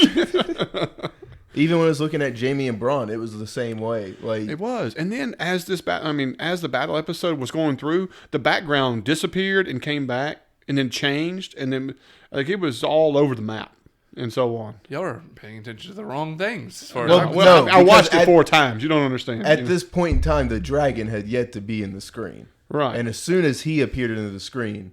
Yeah, my God! I understand why we didn't have budget for everything else, but it really sucked for those 7 minutes of terrible. Well, considering CGI. that season 6, we had 6 scenes with Drogon and Dany, where they spent money on, and in this one episode, they had 80 scenes. I'm just saying, when those Dothraki come down the hill, yes, it was gorgeous. It was. Now, I love the perspective shot, and they lingered on it for a long time. Oh yeah. Like, okay, I don't see shit, and I'm waiting. Finally, you start to see little white specks appear. Well, and the mute and like the sounds and the screams It intensified. You feel the earth quaking. Yes. And you hear it before you see anything. You know what it reminded me of was just an old Western of when you're waiting for Native Americans to come over the hill at like, your cowboys and stuff. Yeah. Right. Like it took me the back ambush. to, you realize you're screwed. You're in the ambush. Circle the wagons. And then like right before it all happens, like we don't see him, but you hear Braun, or maybe we do see him. Like you hear Braun yelling at Jaime, "Get back in the castle!" Oh, you see it. No, Okay. you see him first. And he's like, "You got to get back in the castle." And he's like, "I'm not leaving my men." He goes, "You're not an effing infantryman anymore. And these fuckers are going to come down and we're going to get swamped." We're going to get swamped. Yeah. I love Braun's like I said, It was awesome. And then, like, right before all of this clashes, and I liked how spread out the Dothraki were. That way, like, it was a wave. all the spears weren't, like, you have, like, 4 or 5 people sacrificing themselves, but then everybody else can just come crashing through. Yeah, they were like making bottlenecks Yes. where they were shooting through a gap. It's brilliant. Like, Yeah. we've always thought that Dothraki were just kind of Barbaric. wild, Yeah. but strong strategy here. Well, not only that, they were evenly killed. Like everything. It's not like they were all in one angle. They they just it was an entire wall of them coming against their entire wall. And, like, this is the first time we're seeing them in action, so it's like, oh, I understand why there's such... Second time. Where's They the big battle? they attacked from Marine and killed all the Sons of the Harpy. That wasn't really... Hey, that's the second time we saw them in action on horseback. They came and chopped all the guys up, all the Harpy. Yeah, on the but, outside. like, these are just people. Like, I mean, that was just... Face it, I you're don't know. wrong. I mean... We got to see Noah Syndergaard throw Yeah. a spear, which if you didn't know exactly who Noah Syndergaard was and know that he was in this role for a second, you wouldn't have any clue that this Major League Baseball pitcher got a little cameo Yeah. to throw the spear at the Dothraki guy. How about that? But he's half his face is covered. You can't tell it's him anyway. Oh, So you didn't get the Ed Sheeran treatment? No. Yeah. God, no. Go. Stop. Don't ever mention that name again. No. But, like, and then right before they crash, the speed that they're able to show Drogon coming in at, fantastic. Dude. Yeah, well, first emerging from the clouds, and then the side shot of him passing the horde. And then the looks on Jamie and Braun's face. Like, I'm pretty sure they were legitimately pooping their pants. Like, I mean, They there's... sold their armor. Hold my I was a warrior like you until I took an arrow to the knee. man. Yeah, no, this was This was fantastic. so fun. It was, God, this man. fun. It was just.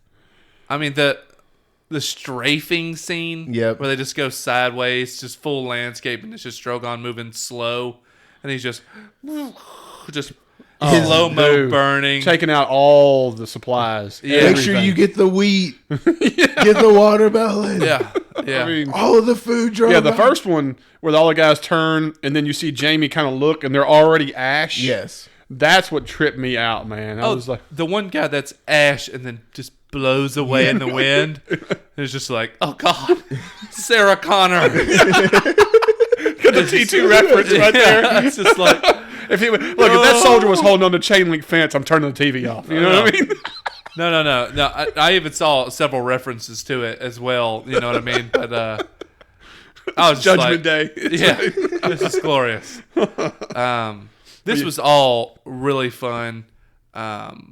Like you said, good to see that the Dothraki aren't invincible. Mm-hmm. You know, the fact that they don't wear armor hurts them. I mean, Yes, they get correct. cut up, they get attacked. Somebody with shields and spears can do them in. Well, it's just like the one who jumped in and was like slicing throats and taking hits, and then he got speared to death. The coolest jumping I've ever seen, though. Like, I've never seen one jump off a horse like that. Let me just ride the horse's back. Oh, and then the other one's shooting the bow and arrows. Yes. Yeah. They stood on the back too. We're just like, phew, phew, phew, like Mongolians. And, like, did you read, like, see the after, like, the making of the scene and stuff? Oh, yeah, I watched like, the the, lady like, was talking about 18-minute she video. made, like, special harnesses for him to do that and everything. I was Yeah. like, this is yeah, fantastic. it's man, this is just phenomenal, dude. the millions of dollars that were spent for 18 minutes of film. Worth it. It's disgusting. They spent money. They created, like, 3 trucks. Like, Yeah, just to ride along the Dothraki. It was Worth It was every very penny. impressive. But like you said, I thought the coolest scene of all of it was the strafe, where he's just taking out all the supplies. Where it just the goes pyrotechnics slow-mo. and showing the guys getting lit up, and one running off into the water, and one guy just kind of folding and dying. Yeah. I mean, it was just so, Jamie looking, and there's guys trying to run to the water and dump Yeah. themselves in. And one guy comes up, and he looks like Dark Man. Yeah. Just burnt to shit. Oh my God! 1994 Dark Man out of nowhere. Liam Neeson had Liam a Neeson cameo. of all people. He had a special set of skills. Back then, it burned. It's called being toast. Oh, add butter. That's right. Yeah, I loved it though. I mean, it was just so fun. I mean, they spared no expense. no. The take away Drogon. The best part of all this was I loved how they changed the smoke and the filter of how they were filming it once like there was ash everywhere. Like everything turned dark. Oh, everything smoky everywhere. and like little ash flakes everywhere, and ambers. It reminded me when they were on the Greyjoy ships when Euron attacked. Like it was a really cool ambers everywhere, Yes. and that made such a really cool visual effect. It's just I got Lannister in my throat. Oh, I got the black lung pop. You're not a coal miner. I was at a battle. But anyway, like you said, and you see Great Drogon, and they do a couple shots. Well, then the landscape drastically changed to where they're like on the river or by this pond, and like I said, it changed. Hold on now. This river/pond that's 100 feet deep. Hold on, now I will get to this. Look, this horse is going down ankle deep water. Bronn knocks him off into the water, and this is the abyss. Ed Harris is down there with his water breathing Exactly. suit. Okay, I'm telling Right. you. I mean, Mary Master Tony, whatever names it, they're all down there waiting on him. They got this. I just. I'll There's a say- warhead. so you think it was Braun that saved Jamie? Oh, there's no doubt. Why? Oh, yeah, that was definitely Bronn. Why would Braun do that? Like that goes 100% Who against his else would character. go over there and dive and save him? But Braun would never do that. He would never put himself in harm's was way Bronn. for. Bronn, that's his milk money right there. I mean, Tyrion, That's his payday. He lost his payday in the battle. Tyrion, no. Tyrion will take him back. There's no guarantee that Tyrion or Daenerys will be like, "Oh yeah, I'll take you." You know what I mean? Yeah. Oh, you're the guy that just fired this scorpion into Drogon. Yeah, I'll take you right back. Really, Got as good an aim. appetizer. Good Oh, aim. Tyrion, you're gonna just vouch for him. Load Tyrion onto the scorpion and fire him into the abyss. Running head first into a dragon doesn't seem like the greatest backup plan either. I'm just saying, they would load Tyrion up and fire him up like a crisp going to Drogon, just like, I got it. Just like throwing the M&Ms to your buddy across the room. God, the accuracy of that, would have that at that point would be amazing. Okay, so But he hasn't caught one. let's talk about the scorpion. Okay, Well, first of all, before we get to that battle, you have Braun meeting up at the Big Dothraki. This was really cool because we saw somebody. The dagger throw. Well, before the dagger throw, because there's a lot of problems with that. But no, it is the dagger throw is first. So go yes, ahead. it is. Yeah, he It's like, throws wait a it and he deflects it. Well, he leans back and deflects. You know what I mean? I'm hits just it with looking at his the mile away dagger throw. Like this was, Shuriken. like this. He threw this thing from a mile away. Like, Yeah, they didn't show it that It's way. Braun, bruh. Achilles is over here drooling at the mouth of the distance of this throw. You know what? You're just a hater, is what I call it. I didn't see that. Go back and rewatch this. And I then will, we will come back. here's the thing. I will say this to support you. He throws that dagger, and then Braun, it has at least 6 to 7 more gallops on his horse before he gets the sword completely out. And then there's a scene of the other guy coming, and another scene of him charging him, and then they go at each other. So realistically, there's over 30 feet between them before this knife's thrown. But the second he throws it, the guy just ding and deflects it. It's not like it went woof, woof, woof, woof, woof, woof, woof, 30 feet later and it hits him. Where he could have caught it, used it, put it back in his sheath. I don't understand the problem. I know what you're saying because Somebody's a knifer at Call of Duty. That's all I'm saying. Oh my god. Oh, you mean when you can do the Mile 30, away Bailey No. over You mean here. the 30-foot slide, Yeah.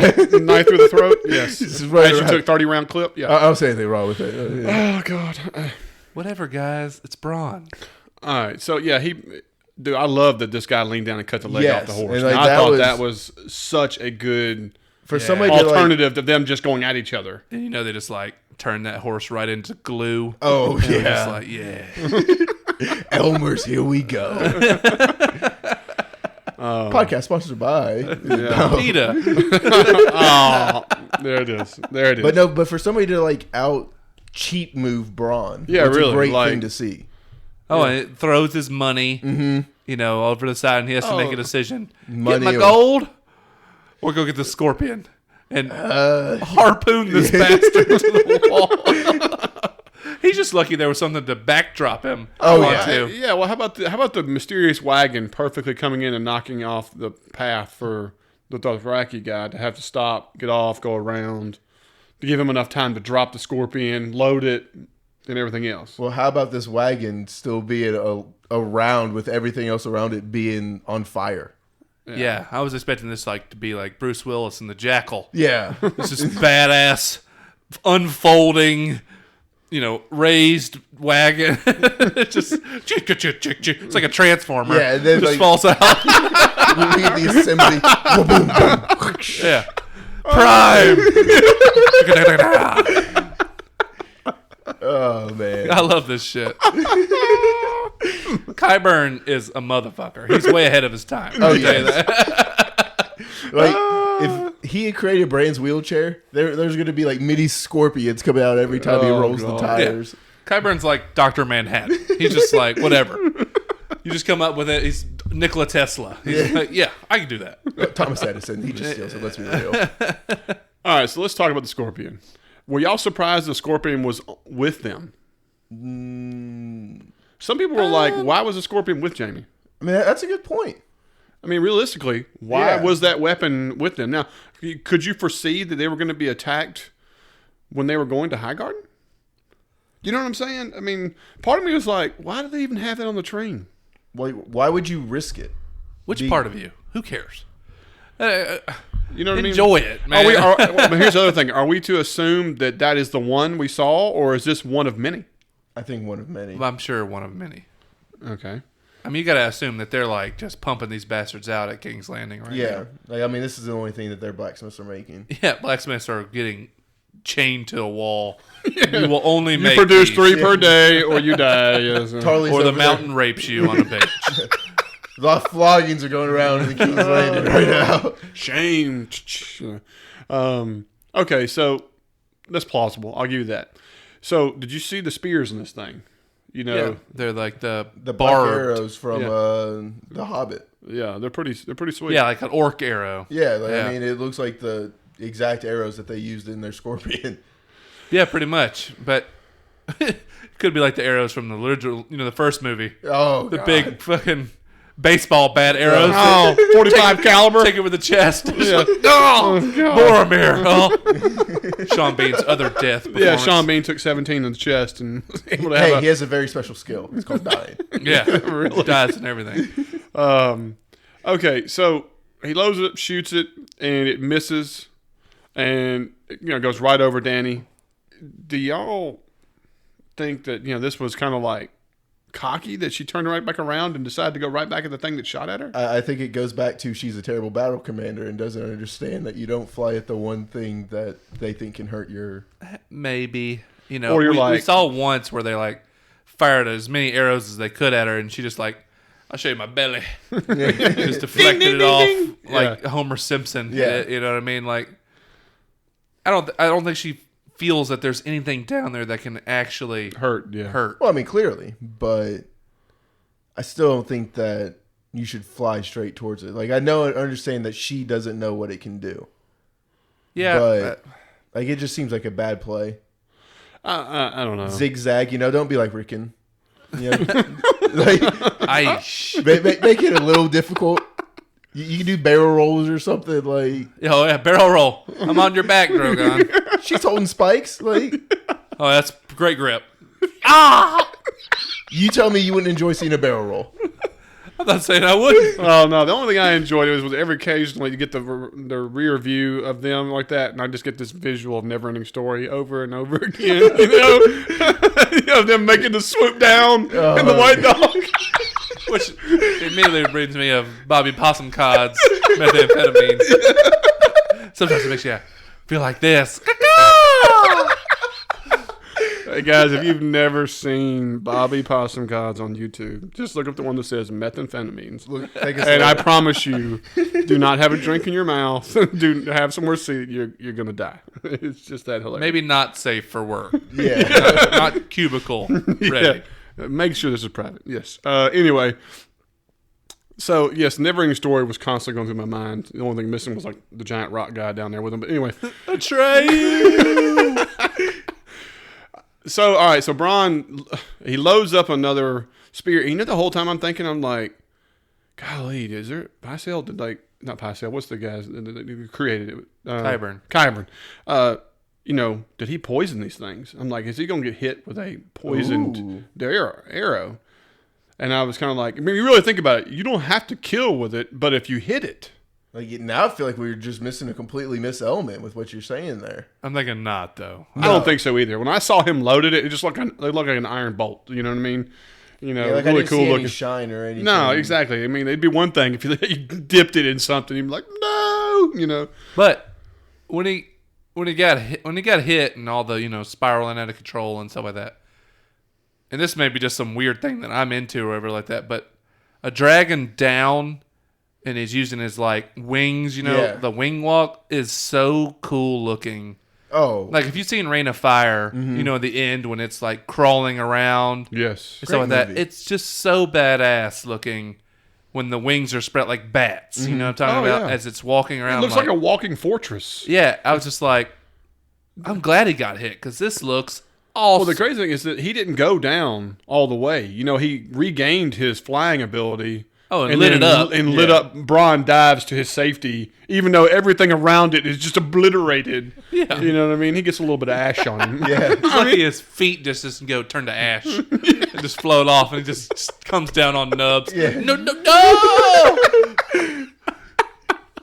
Oh, like you said, he does sit down and gets that cool look and then he uses that tail to take out another wagon to finish that. I was wagon. Like, man, that was sweet. It's just like pissy, just like motherfucker. Oh, yeah, I love it. I just, for some reason, when they get down on the ground like that, just some reason they look so badass to me. They look like huge Komodo dragon with more spikes and shit. Yeah, it's like we get to realize how big it actually is. Yeah. Now, when she gets off and starts trying to pull this, scorpion arrow out, I'm like, good God. Yeah. Just do without. Let him be like trying to bite at it and pull it out. That's or what something. I thought he'd turn his neck and like pull it out. He's got a pretty long neck. Yeah. Like I would find that more believable than a human being able to, like, unless you're the mountain, why are you trying to pull this bolt out of this dragon's neck? Or, hey, Dany, why don't you go a little further away and come down? You're still right in the middle of the shit. You're literally in the middle of it. I mean, you're in the shit. Yeah. I'm just one spear thrown at you or whatever the case may be. Or one brave lance rider, coming charging at you on a horse. No, it's one jackass who thought he might save the world by running at a dragon. I mean, okay. Let me show you my finishing move, the golden hand.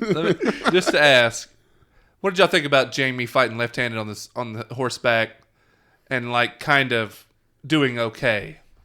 It is plausible. We've seen him training enough. Oh, God, I didn't like it that much. I struggled, man. You know what I want to see? I want to see him stop a blade with his hand. Well, he was using he threw the sword into his hand and was gripping it so he could block off the dual attack. Right, but I'm just saying, the Dothraki are coming double blades and stuff. I'm just like, come on, man. Well, if they are on horseback, double blades might not be the most. And I gotta be honest.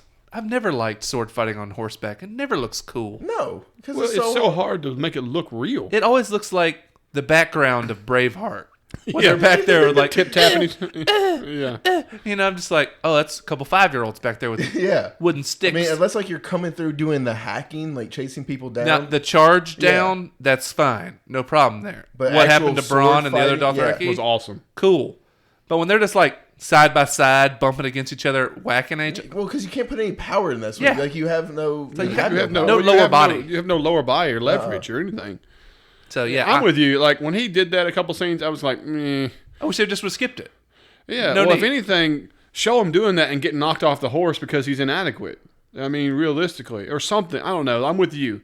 I understand that Dickon had to come over there and save him. I get that.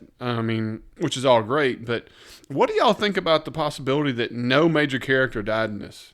I'm okay with it. Yeah, the one thing is that, this is the deal is that we didn't...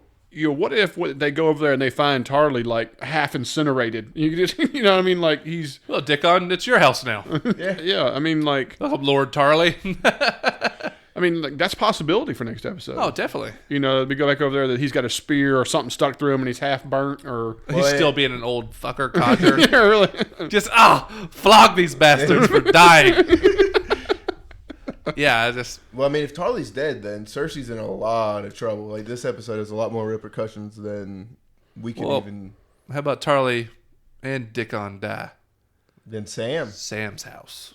Well, he's not necessarily a Tarly anymore, but... He is a Tarly. Even when... Well, you give up all your stuff as soon as you join the I Bugs. know, but you remember the maester at the wall? Mm-hmm. They still came to him and asked him if he wanted the job. And he said no. You remember that? It is possible, but I mean, that was a very extraneous circumstance. I feel like that's more of the exception than the rule. Well, the thing was just all his brothers died. Well, and they left him. And they didn't want Egg to be king because he was so young. Right. And so, like, you have a fairly old maester who has been trained for this, or a 13-year-old kid who's been wandering night. Yeah. I don't know. So, like, I mean, that's more exception than rule. Could be Sam's joint. That's all I'm saying. Not really. Because then he's got to get pardoned by Daenerys, which is still John will make that fly all day. I mean, absolutely. Anyway, it's a possibility. All right. So, of course, we talked about it a second ago. You know, Jaime decides to pick a spear up. He's charged at Dany. And Dany turns around and actually looks frightened for a second. You know, like... No idea why. Yeah, to me, I thought it might have been better if she turned around like, "What up? Come at me." Yeah. I honestly thought we were going to get another tail scene. I thought he was going to whip the tail and just light Jaime and the horse, across the river. I mean, I thought it was he would still survive. Yeah. Land in the water, but you see the horse and him just go flying off. Like I screen. slow-moed this, and like when you see Bronn like save him, the two horses just like turn into like dust. Yeah, yeah, I know. You see him like ball up and just like, yeah, I mean, pretty sick. It looks like a poof of butterflies go away, but it all looks like when the three-eyed raven dies. Yes. Yeah. It's just like black and just flops away. And so again, like we said, they're in ankle-deep water. And they get knocked into the abyss, and Jaime's in a bad spot. Credit roll, sinking to the through Marina's Trench in about 100 pounds of plate armor. That's called the Mariana Trench. I had a bad geography teacher, so I just blame everything on that. That old Marina Trench. Yeah. I think I dug that last week. Put my shitter in it.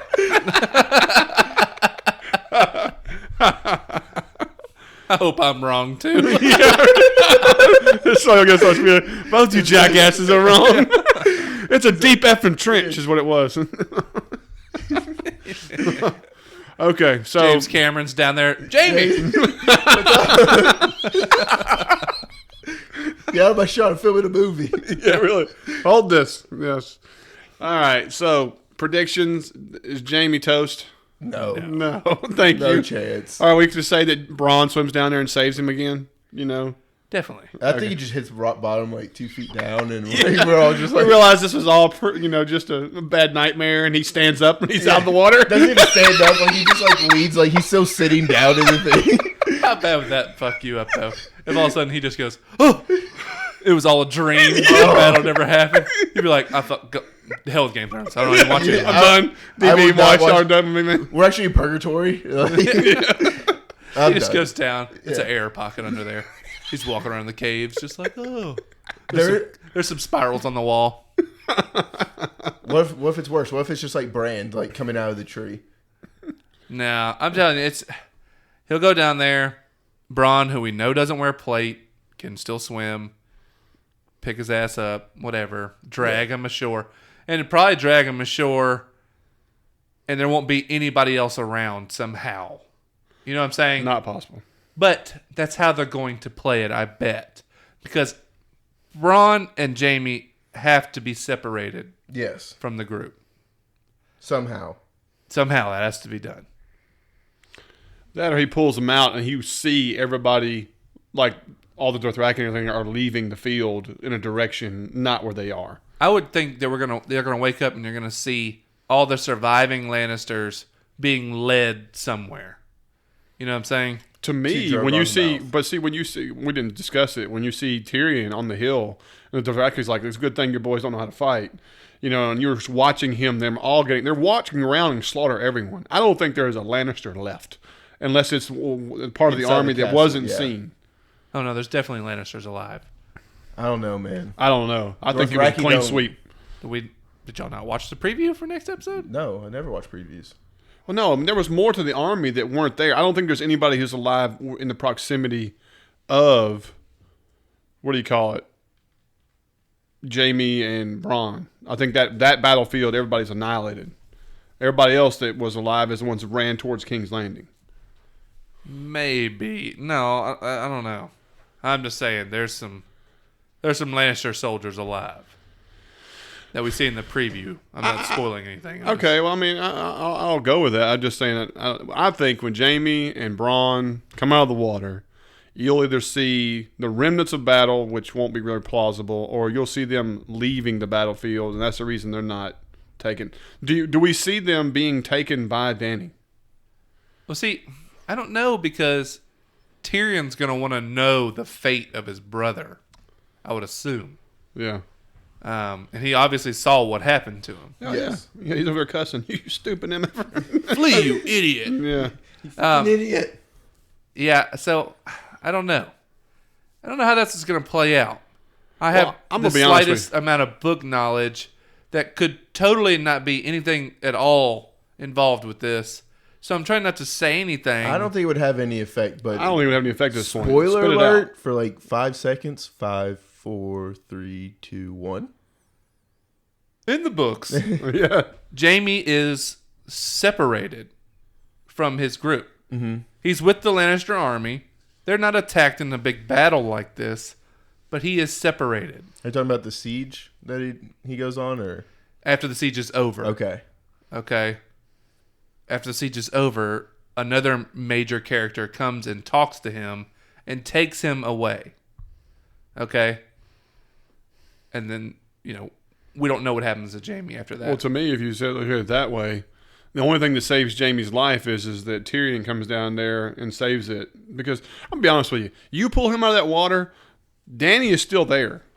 The dragon, I just don't see that they just hop right back on the dragon, and within 30 seconds to a minute, they're nobody's still at the battlefield finishing and mopping it up.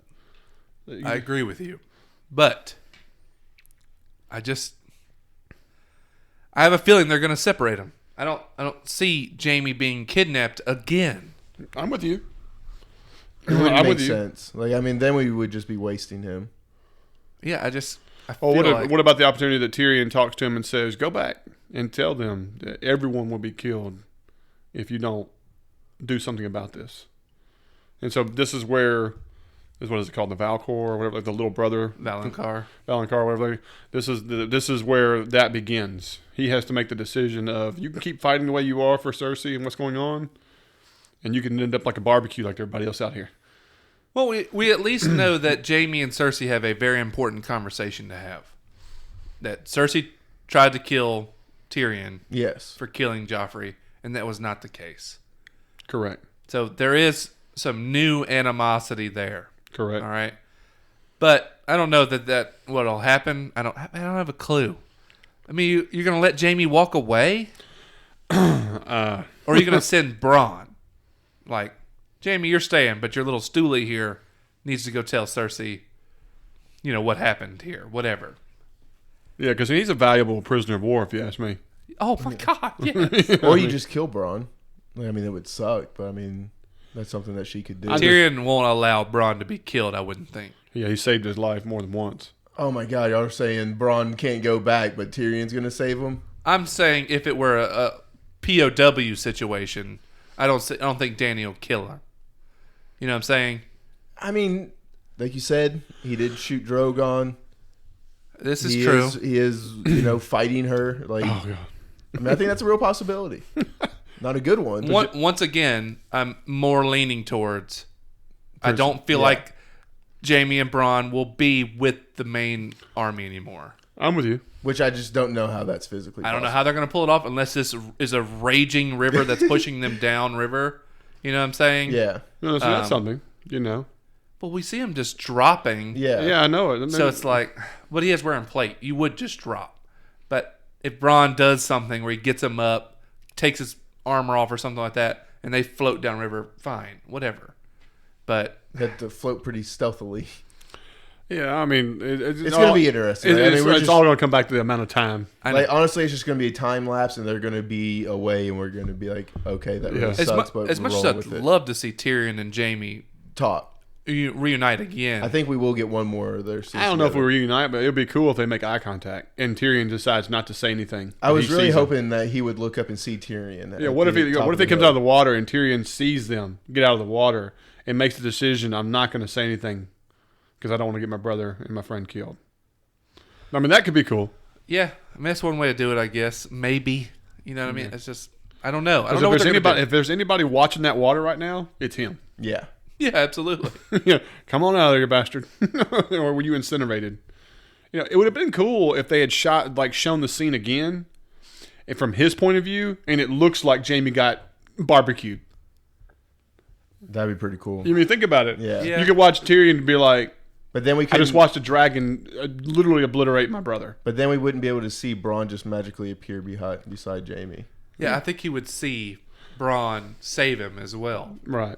Or somebody. Yeah. Some black-clad blur knock his blonde blur off the horse before the flames light it up. Eat 2 white blurs. And So, but I think that's pretty much horses. the episode. yeah, that's pretty much it. It was, man. It was. Like I said before, I think it's a top 5. It's not my ultimate. Now, I think it's one of the best battle scenes of the entire series, but it's still, I don't know. Battle of the Bastards still is one of the It's up there. Battle of the Bastards are hard home. I mean, one of them, too. And the original Attack on the Wall. But here's the thing. You know what Battle of Bastards was so good for me is that we've never seen anything like that before. And then we watched this one, and a lot of it mimicked the Battle of the Bastards. The only big difference was Drogon. It's a pretty big difference. I mean, it is a big difference, but every bit of the Battle of the Bastards was something completely new, completely different, never seen on film, never that level of detail. I don't know, like a lot of me, that right there was the game changer because it was first. This did take some of it, but a lot of stuff that the Dothraki did was just so unique and such a different style that it was really exciting to me. I mean, I'm not gonna discount it. I think they're both amazing and epic for their own reasons. You know, I'm just happy. I mean, it's a fantastic episode, and it was one of the best battles that I think we're ever going to see on this show. Oh, absolutely. I just wonder if we're going to be able to do anything close to it for the next 2 or 3 episodes, is what I'm concerned about. I don't think they have to go that extreme. We have to see Eastwatch by the Sea. Eastwatch and the White Walkers. So I think that will be a major... I think those happens episode 6 and 7 just because that's when the length really cranks back up. Because this one was only like it was 51 minutes. Yeah, if that. It was short. Well, they packed a lot in 51 minutes. So. Yeah. So what's predictions for next episode? I mean, of course, the preview shows Dany's kind of turning dark, bend the knee or die, which is not really turning dark. She's saying, we're not here to burn people to ash. You can turn sides, and, you're fine. It's just like anybody would. Yeah. Well, I know that, but like when you see Tyrion's reaction, it makes you think that he's concerned that she's turning into what he doesn't want her to. Like his expressions look like he has second thoughts. Yeah, but we don't know what his expressions are faced towards. You know what I'm saying? If he's looking at Jaime in this sequence, you know what I mean? Could just be some tricky camera work and everything for a promo. We'll see. All right. Are we going to go save the Unsullied anytime soon? Or are we done with Grey Worm for the season? No, I mean, he's got a free march down now. Yeah, Unsullied are clear to move now. Yeah, like the Unsullied couldn't move down and they didn't have the boats to get back, but now they can just march down freely because Dany has opened up the roadways again. Okay. All right. So they can move. I'm not sure they'll be coming home. Yeah, they might be marching down to King's Landing. Yeah, they might be starting the siege now. Yeah. At some point. Okay. Well, I mean, not much need of a siege if, we've blown all the food. We've got 3 episodes left. What are the key things that have to happen in these 3 episodes? I don't even want to try to guess with how fast they're moving, to be honest with you. I think we've got to have the unveiling at Winterfell. Bran has got to have the unveiling. We've got to come up with the whole Jon parent thing. Has got to come out this season. That might literally be the last scene of this season. Okay. White Walker Eastwatch battle. I believe Littlefinger will die by the end of the season. Yes. Okay. Or whatever is going to happen to Littlefinger will happen. I think his season is over, or his time on the show is over before the season's over. But I do want to see him and Varys meet one more time. Yes. So it's like, how can that... Will Varys go back to Winterfell with Jon? Maybe. Something like that. Okay. If I'm Varys, I don't leave. No. I don't leave Dany. council. No. Does Varys know that Littlefinger helped Jon and is at Winterfell, I wonder? God, you would hope so. I mean, you would hope so, but with as much missed gap information that a lot of these characters are having right now, it would be surprising. Here's my other thing, guys, and I didn't mention this in the main part of this, is that how did Dany and the Dothraki know to go and attack Jaime and them on the roadway? Because they know they attacked Highgarden. Okay. Yeah. So Varys had that information, but we just didn't say that on screen. Well, we knew that they lost the Tyrells. I mean, we assumed... Because she made the comment, I've lost 2 of my major allies, Yeah. and my Unsullied are... And so on. So she had that knowledge. So, yeah, I think Varys just said it off screen that, hey... Yeah. Okay, that's what I want to make sure. Because sacked. some people will complain like, well, how in the hell did she know what, where, when to attack this? Right, and the fact that Castle Rock was left with only a few men and the army was removed. The only places they could go was to siege on Highgarden or to reinforce King's Landing. They can only march so far, you know what I mean? So it's kind of like... I think they kind of... Once they realize that, it's like, oh, you guess where they're going. Yeah. You know what I mean? Process of elimination, basically. Kind of. Okay, all right. So, as we said before, Eastwatch is going to be a big deal. Littlefinger is going to be a big deal. What about Arya? I'm kind of very curious. Is Arya just going to compete part of the pack, or is she going to go back to Lone Wolf? Well, the interesting thing about when she first got back in there, I was getting the very Nymeria vibe of, this is no longer my home. And I agree. So I'll be interested to see how long she stays in Winterfell and stuff. Like, she's going to be reunited with Jon and everything, but... Is she? I think she is. Like, it would be a shame if those two didn't get back together. Well, considering she changed course to go see Jon, you would hope that's probably what's going to happen. So, Well, that's my thing. I don't think we see it for 2 more episodes. Final episode. I don't think Jon gets back to Winterfell. Until well, So if the that's what final you mean, episode. that means are we not going to get the Hound at Winterfell, or was the Hound going to bypass Winterfell and go to Yeah, the I think Wall, the Hound's just or gonna Eastwatch by bypass. sea, or I don't know what the Hound's going to do. because I mean, are we to agree that he's en route? He's We en would route hope north. so. We just know he's north. Have they said where they're going? No, we don't know where they're going. Not in so many words. Exactly. Like, we don't know their plan. There's, as far as we could tell, they're still just Hold up. roaming the Riverlands, keeping the peace. You know what I'm saying? Like, we don't know. Okay. We know they're north because it's snowing, but we don't as far as, you know. Well, I mean, we know their pinpoint location was at the farmer's house, but outside of that... So We have I don't nothing. really know. I don't really know. Gosh, I hope we get some Hound soon. Jonesing, you know. Well, we're going to get at least a scene with Beric Dondarrion with a flaming sword. We know that. Yeah. True that. So Very true that. Very, very true. All right. Well, other than that, I can't really think of anything else that was kind of queued up, as they say. You got anything? Nope.